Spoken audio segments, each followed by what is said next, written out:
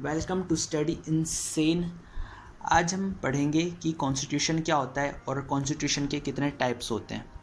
तो हर कंट्री का अपना एक कॉन्स्टिट्यूशन होता है। वैसे तो नेट पर काफ़ी डेफिनेशन अवेलेबल है कॉन्स्टिट्यूशन से के रिलेटेड, बट समझने के लिए हम ये मान सकते हैं कॉन्स्टिट्यूशन एक गार्जियन होता है जो बताता है हमारी क्या रिस्पॉन्सिबिलिटीज़ है, हमारी क्या पावर है, यानी कि हमारी कितनी फंडामेंटल राइट्स हैं, क्या फंडामेंटल ड्यूटीज़ हैं।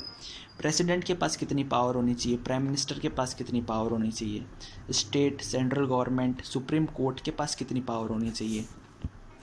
जो कोई क्राइम करेगा तो उसके क्राइम के अकॉर्डिंगली उसके लिए क्या प्राविधान है, क्या पनिशमेंट है। जो रोक भी लगाती है जैसे कि चाइल्ड लेबर पे, चाइल्ड मैरिज पे, मज़दूरों को कितने घंटे काम करना चाहिए, कितना घंटे नहीं करना चाहिए। ये सारी जो चीज़ें रहती है वो कॉन्स्टिट्यूशन में लिखी रहती है। कॉन्स्टिट्यूशन हमको एक कानून प्रोवाइड करवाता है। उस कानून व्यवस्था के अंदर आम इंसान सुरक्षित रहता है, वहाँ के पीपल सुरक्षित रहते हैं। तो ये सारी बदौलत रहती है कॉन्स्टिट्यूशन की। गवर्नमेंट कॉन्स्टिट्यूशन के अगेंस्ट कभी भी नहीं जा सकती। गवर्नमेंट को कॉन्स्टिट्यूशन के अंडर रह के काम करना पड़ता है। वहाँ के लोगों को भी कॉन्स्टिट्यूशन के अंदर रह के काम करना पड़ता है। तो ये सारी चीज़ें कॉन्स्टिट्यूशन में होती है। वैसे तो कॉन्स्टिट्यूशन में और भी काफ़ी सारी चीज़ें होती है, बट समझने के लिए, कॉन्स्टिट्यूशन को समझने के लिए इतना काफ़ी है। आई होप आपको कॉन्स्टिट्यूशन क्या होता है ये समझ में आ गया होगा। अब बात करते हैं टाइप्स ऑफ कॉन्स्टिट्यूशन की। कॉन्स्टिट्यूशन के कितने टाइप्स होते हैं। कॉन्स्टिट्यूशन के 2 टाइप्स होते हैं। एक होता है रिटन कॉन्स्टिट्यूशन और दूसरा होता है अनरिटन कॉन्स्टिट्यूशन। आपको नाम से काफ़ी ज़्यादा हद तक समझ में आ गया होगा। रिटन कॉन्स्टिट्यूशन वो कॉन्स्टिट्यूशन होता है जो लिखित फॉर्म में होता है, रिटन फॉर्म में होता है, उसको कहते हैं रिटन कॉन्स्टिट्यूशन। अनरिटन कॉन्स्टिट्यूशन वो होता है जो अलिखित होता है, जो लिखा हुआ नहीं रहता, उसको हम कहते हैं अनरिटन कॉन्स्टिट्यूशन। आइए एग्जाम्पल से समझते हैं कौन सी कंट्री के पास रिटन कॉन्स्टिट्यूशन है और कौन सी कंट्री के पास अनरिटन कॉन्स्टिट्यूशन है। रिटन कॉन्स्टिट्यूशन की बात करें जैसे कि India, USA, Switzerland, France, Australia, Brazil, Afghanistan और भी काफ़ी कंट्री जिनके पास ये रिटन कॉन्स्टिट्यूशन है। दूसरी तरफ अनरिटन कॉन्स्टिट्यूशन जैसे कि Canada, UK, Saudi Arabia, New Zealand, Israel, इनके पास अनरिटन कॉन्स्टिट्यूशन है। और भी बहुत कंट्री है, बट ये major country as a example आपको समझाने के लिए था। अब बात करते हैं फीचर्स ऑफ कॉन्स्टिट्यूशन की। कॉन्स्टिट्यूशन के कितने फीचर्स होते हैं। पहला होता है रिजिड और फ्लेक्सिबल कॉन्स्टिट्यूशन। रिजिड कॉन्स्टिट्यूशन जो कि हम इसको आसानी से एडमिट नहीं कर सकते। बात करें भारत की तो भारत रिजिड कॉन्स्टिट्यूशन भी है और फ्लेक्सिबल कॉन्स्टिट्यूशन भी है। उसको कुछ चीज़ें ऐसी है कॉन्स्टिट्यूशन, इंडिया कॉन्स्टिट्यूशन में, जिसको चेंज करना, एडमिट करना मुश्किल है, और कुछ ऐसी चीज़ें जिसको हम आसानी से एडमिटमेंट कर सकते हैं। एग्जाम्पल के तौर पे ले लीजिए यूएसए का कॉन्स्टिट्यूशन। यूएसए का कॉन्स्टिट्यूशन काफ़ी ज़्यादा रिजिड है। उसको एडमिटमेंट, छोटा सा एडमिटमेंट करने के लिए 25 से 50 साल लग जाते हैं, छोटे से एडमिटमेंट के लिए। तो हम समझ सकते हैं कि जो यूएसए का कॉन्स्टिट्यूशन है वो काफ़ी ज़्यादा रिजिड है, यानी काफ़ी ज़्यादा सख्त है, कठोर है, इसको आसानी से चेंज नहीं कर सकते। दूसरी तरफ आते हैं अनफ्लेक्सिबल कॉन्स्टिट्यूशन। फ्लेक्सिबल कॉन्स्टिट्यूशन जिसको हम आसानी से मॉडिफाइड कर सकते हैं, आसानी से संशोधन कर सकते हैं।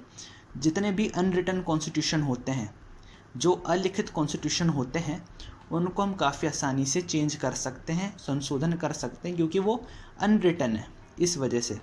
और जो रिटन कॉन्स्टिट्यूशन होते हैं वो डिपेंड करता है कि वो रिजिड पे डिपेंड ज़्यादा है कि फ्लेक्सिबल पे डिपेंड ज़्यादा है। जैसे इंडिया कॉन्स्टिट्यूशन फ्लेक्सिबल भी है, रिजिड भी है। तो ये कॉन्स्टिट्यूशन पे डिपेंड करता है कि वो रिजिड होता है कि फ्लेक्सिबल है। इसके बाद में जो अगला है वो है मोनार्ची और रिपब्लिक। तो मोनार्ची और रिपब्लिक कॉन्स्टिट्यूशन क्या होता है। तो मोनार्ची जहाँ पे जिस कंट्री पे किंग और क्वीन रूल करती है, उनकी पावर, जो कॉन्स्टिट्यूशन जो पावर देता है किंग और क्वीन को, उसके अकॉर्डिंगली जो मोनार्ची जो कंट्री को रूल करता है उसको हम कहते हैं मोनार्ची कॉन्स्टिट्यूशन। जैसे ब्रिटेन का कॉन्स्टिट्यूशन कौन सा है, मोनार्ची है, क्योंकि वहाँ पे कौन है, किंग और क्वीन है। दूसरी तरफ आता है रिपब्लिकन। रिपब्लिकन जहाँ पे प्रेसिडेंट के पास पावर होती है और वो कंट्री को रूल करता है, उसको कहते हैं रिपब्लिक फॉर्म ऑफ गवर्नमेंट।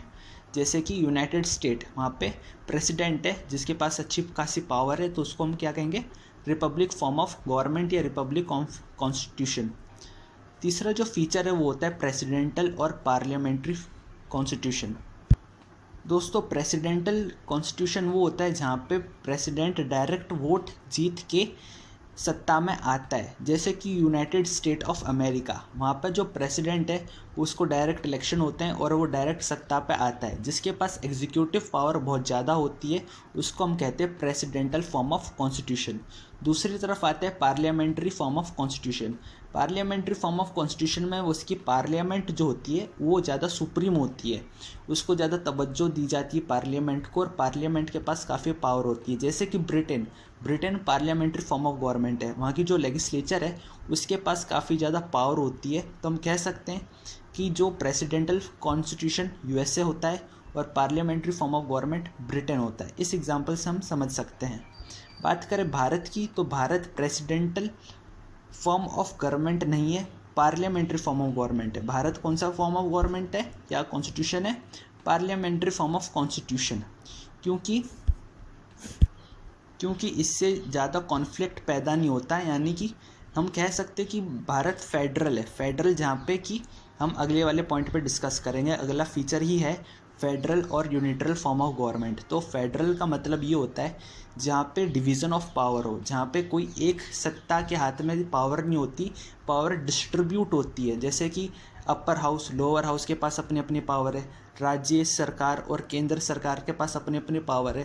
क्यों है? क्योंकि भारत के पास फेडरल फॉर्म ऑफ गवर्नमेंट या फेडरल कॉन्स्टिट्यूशन है, इस वजह से यहाँ पे भारत में पावर डिवाइडेड है। दूसरी तरफ बात करें unitary form of government. Unitary form of government में क्या होता है कि जो पावर है वो सिर्फ एक गवर्नमेंट के हाथ में रहती है। जैसे कि ब्रिटेन के यूनिटरल फॉर्म ऑफ गवर्नमेंट, यानी उसका कॉन्स्टिट्यूशन यूनिटरल है। ब्रिटेन की जो पावर होती है वो सिर्फ सिंगल फॉर्म ऑफ गवर्नमेंट के हाथ में, इसलिए यूनिटरल ये कहलाता है। गाइज आई होप आपको कॉन्स्टिट्यूशन क्या होती है, टाइप्स क्या होता है, फीचर्स क्या होता है, ये समझ में आ गया होगा।